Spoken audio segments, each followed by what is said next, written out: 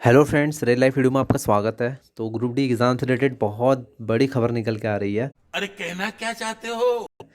तो आप लोगों के लिए एक बहुत ही इंपॉर्टेंट नोटिफिकेशन है, तो उसको पूरा डिस्कस करेंगे और क्या उस नोटिफिकेशन में मेंशन है और क्या क्या चीज़ें चेंज की हुई हैं आपके एग्ज़ाम से रिलेटेड, और क्या आपके एग्ज़ाम में उससे असर पड़ेगा, आपको फ़ायदा होगा या नुकसान। तो दोनों चीज़ें डिस्कस करेंगे। और क्या ये ज़रूरी था रेलवे की तरफ से ये नोटिफिकेशन, तो उस पर टोटली डिस्कस करेंगे। तो अगर आप चैनल पर नए हैं तो चैनल को सब्सक्राइब कर लें। तो बढ़ते हैं। तो ये है रेलवे रिक्रूटमेंट बोर्ड चेन्नई की ऑफिशियल वेबसाइट। तो इसमें हम नीचे जाते हैं, देखते हैं। ये सेक्शन है आपका CEN RRC 01/2019। तो लेवल 1 किस पोस्टों के लिए, तो इसमें देख सकते हैं एक अमेंडमेंट आप लोग के उसमें आया है एग्ज़ाम शेड्यूल के ऊपर और इंट्रोडक्शन ऑफ CBT 2। तो यहाँ पर देख लीजिए इस साइड में कोने पे। तो इसको हम ओपन करेंगे और क्या चीज़ है इसमें वो भी देखेंगे। तो ये है वो पूरा नोटिफिकेशन। तो government of India, ministry of railway, railway recruitment boards. तो इसमें आप लोगों का अमेंडमेंट किया गया है। तो देख सकते हैं इसमें क्या है, ये सारी चीज़ें इसमें दी गई हैं, ये कुछ नहीं है, खाली रेफरेंस है इनका। तो हम देखते हैं मेन न्यूज़ पे कि मेन खबर क्या है। तो exam schedule for CBT 1 and introduction of CBT 2। तो CBT 1 का एग्ज़ाम शेड्यूल आप लोगों के लिए आया है इसमें। तो फर्स्ट स्टेज CBT आप लोग का 23 फरवरी से स्टार्ट है। तो धन्य हो, पहले तो ये चीज़ उन्होंने मेंशन कर दी है। तो 23 फरवरी से अगर ये करा दें अच्छी बात है। 23 फरवरी से आप लोग का CBT 1 स्टार्ट हो रहा है। तो और इसमें साफ साफ एक चीज़ लिखी है, देखिए बहुत इंपॉर्टेंट चीज़ इसमें मेंशन है, शायद आप लोग को देखे यहाँ पर। तो लिखा है कि टू टू टाइम, देख लीजिए, time to time in the view of handling of the covid 19 pandemic. तो government guideline issued from time to time. तो बहुत सारे फेज़ में आपका एग्ज़ाम होगा पहली बात। और इसकी जो कंडीशंस है आपके एग्ज़ाम, वो पेंडेमिक के ऊपर डिपेंड करेगा। जैसे जैसे गवर्नमेंट के गाइडलाइंस चेंज होते जाएंगे उस हिसाब से आपका एग्ज़ाम आगे पीछे भी हो सकता है। तो ये साफ सी बात इसमें कह दी गई है। तो सिलेबस और distribution of question for CBT 1 will remain as mention under 14 para 14(1). तो जैसे पहले आप लोगों का CBT 1 के लिए, आप बहुत सारे बच्चे कह रहे हैं कि सर CBT 1 चेंज हो जाएगा। तो CBT 1 सेम रहना है जैसा आप लोग अभी तक तैयारी करते आ रहे थे। 100 नंबर का आप लोग का पेपर होगा, और जो मेंशन पहले CBT 1 जैसा है सेम वैसे ही रहेगा। उसका स्टैंडर्ड भी क्लास 10th स्टैंडर्ड जैसा ही होगा। तो ये बात रेलवे ने कही है। अभी ये रेलवे ने कही है, इस पर कितना रेलवे कायम रहेगा वो बात की बात है। और देख लीजिए सेकेंड स्टेज CBT 2, यानी आप एक और CBT इसमें ऐड करने की पता नहीं क्या ज़रूरत थी, क्योंकि अगर एग्ज़ाम करा ही रहे हैं इतने बड़े फेजेस में, इतने बड़े उसमें एग्ज़ाम करा ही रहे हैं, तो इससे अच्छा आप लोग सीधे CBT 1 से ही कट ऑफ बना देते। CBT 1 से कट ऑफ बना के PET में बच्चे ले लेते। तो इतना फालतू इसमें इधर से घुमा फिरा के वहीं जाने की ज़रूरत क्या है। CBT 1 से फिर CBT 2, फिर PET, फिर डॉक्यूमेंट वेरिफिकेशन, फिर मेडिकल, फिर जाके ज्वाइनिंग। तो ज्वाइनिंग का मुझे लग रहा है बहुत लंबा इंतज़ार आप लोग को करना पड़ सकता है। तो 2024 तक आप लोग को जा सकता है ज्वाइनिंग, लास्ट लास्ट तक। तो ऐसा, क्योंकि CBT 2 अगर ऐड कर देंगे तो फिर CBT 2 का एग्ज़ाम होगा। तो उसके लिए कुछ डेट डिसाइड होंगी, 2-2.5 महीने, फिर उसमें इसके एग्ज़ाम बाद फिर उसका एग्ज़ाम कराएंगे। तो इस तरीके से, और जहाँ पर आप लोगों का PET होता था वहाँ पर आप लोगों का CBT 2 कंडक्ट कराया जाएगा। तो ये चीज़ मेरे तो समझ से बाहर है। तो देख लीजिए CBT 2 में क्या कह रहा है रेलवे। तो सिलेबस तो 10th स्टैंडर्ड है। तो ये कहने का 10th स्टैंडर्ड सिलेबस है, और सेम है CBT 1 लिखा है। तो डिस्ट्रीब्यूशन ऑफ क्वेश्चंस का देखिए, तो खेल यहाँ पर हो गया, देखिए। तो रुको जरा, सबर करो। बोला धक्का बुक्की नहीं करने का, आराम से लेने का। हाँ। तो डिस्ट्रीब्यूशन ऑफ क्वेश्चन कितना है, 90 मिनट का टाइम है। और क्वेश्चन हो गए 120। ठीक है, जनरल साइंस 30 नंबर की, मैथमेटिक्स 30 नंबर की, रीजनिंग 35, करंट अफेयर्स और जनरल अवेयरनेस 25 नंबर की। तो देख सकते हैं 120 नंबर का पेपर हो गया है CBT 2।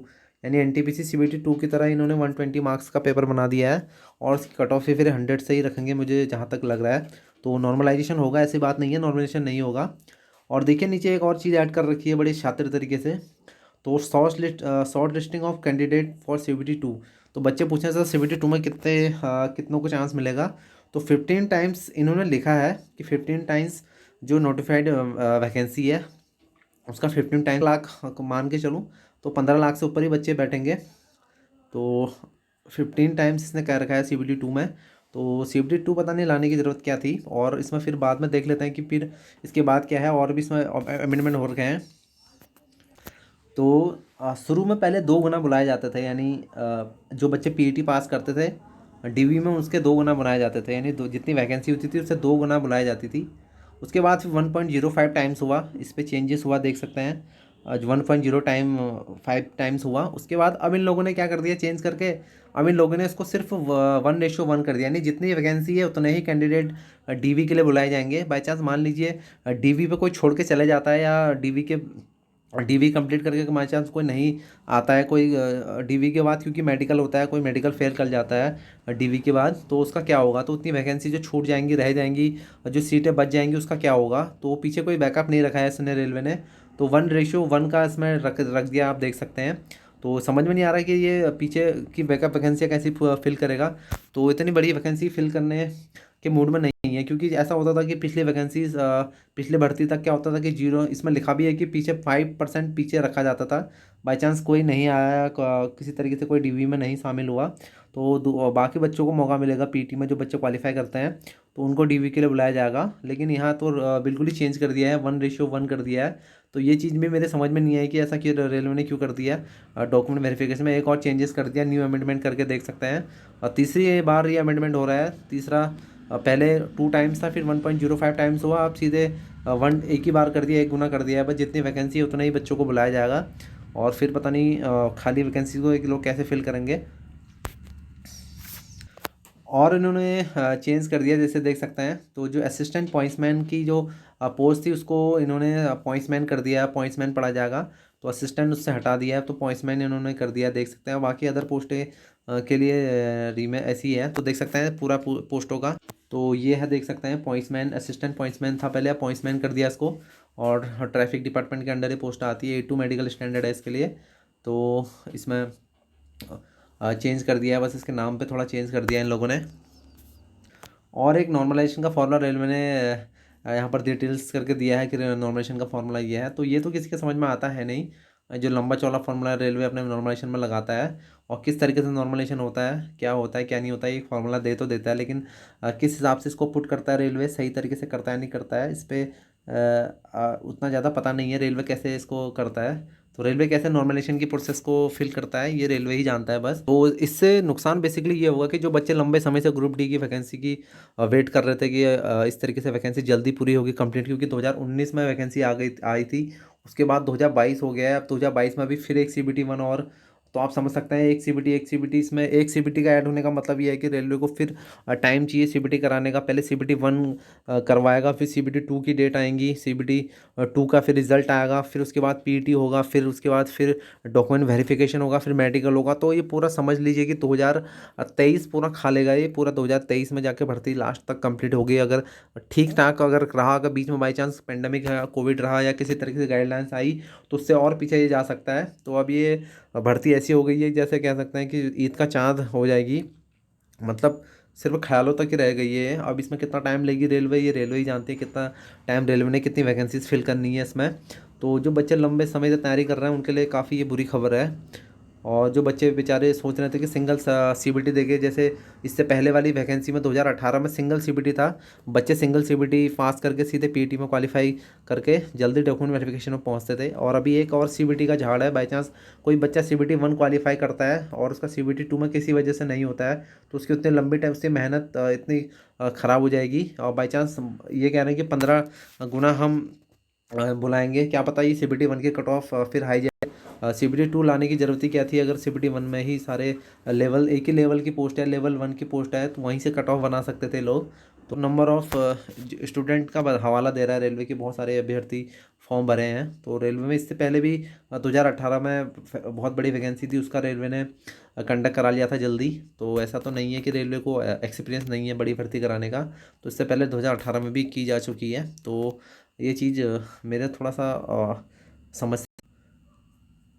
और एक इम्पोर्टेंट नोटिफिकेशन है, एग्ज़ाम डेट जो CBT 2 की तैयारी कर रहे हैं NTPC वाले उनके लिए, तो देख सकते हैं। तो जो सेकेंड स्टेज CBT है वो 15 से 19 फरवरी के बीच में कंडक्ट कराया जाएगा। तो अलग अलग लेवल के अलग अलग एग्ज़ाम होंगे, 2, 3, 4, 5, 6 के लिए अलग अलग सेपरेट एग्ज़ाम होंगे, ठीक है।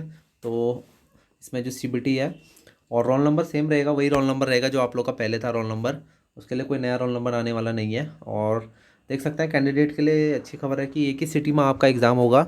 यानी अगर आप अलग अलग लेवल्स के लिए क्वालिफाई किए हैं जो बच्चे, उनका एक ही सिटी में होगा, लेकिन सेंटर अलग अलग हो सकते हैं। ठीक है, तो सेंटर अलग अलग होंगे लेकिन सिटी एक ही होगी।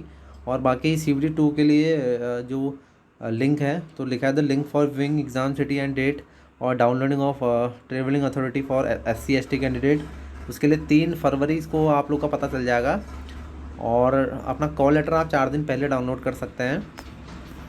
तो एग्ज़ाम से देख सकते हैं इसमें सारी चीज़ दी गई है। और अपना आधार कार्ड वगैरह आप लोग लेके आए, इसमें ऐसा लिखा हुआ है सेंटर पे। और कोविड-19 के गाइडलाइंस को आप लोगों ने फॉलो करना है और तभी आप लोग को एग्ज़ाम दिया जाएगा। तो और बाकी ये सब इसमें फालतू चीज़ें लिखी हुई हैं, ये सब इसमें कोई फ़ायदा नहीं है पढ़ के। तो अच्छी खबर है CBT 2 वालों के लिए जो बच्चे तैयारी कर रहे हैं। और बुरी खबर है उन बच्चों के लिए जो बच्चे CBT 1 का प्रोटेस्ट कर रहे हैं, जिनका सिलेक्शन नहीं हुआ है किसी वजह से। जो लगे थे CBT 1 के प्रोटेस्ट में कि फिर रिवाइज रिजल्ट के लिए ट्विटर हैंडिंग जिन्होंने चलाया था हैशटैग, उन बच्चों के लिए काफ़ी ये दुख वाली खबर है कि कोई रेलवे उन पर कोई एक्शन नहीं ले रहा है। और इतनी हाई कट ऑफ जाने के बाद उन बच्चों को कोई चांस नहीं मिल रहा है। जो 3.5-4 लाख बच्चे थे उनको कोई चांस नहीं मिल रहा है। और ऊपर से एक और नोटिफिकेशन रेलवे ने मेंशन कर दिया। तो कुछ चीज़ें ख़राब होती जा रही हैं। तो ये चीज़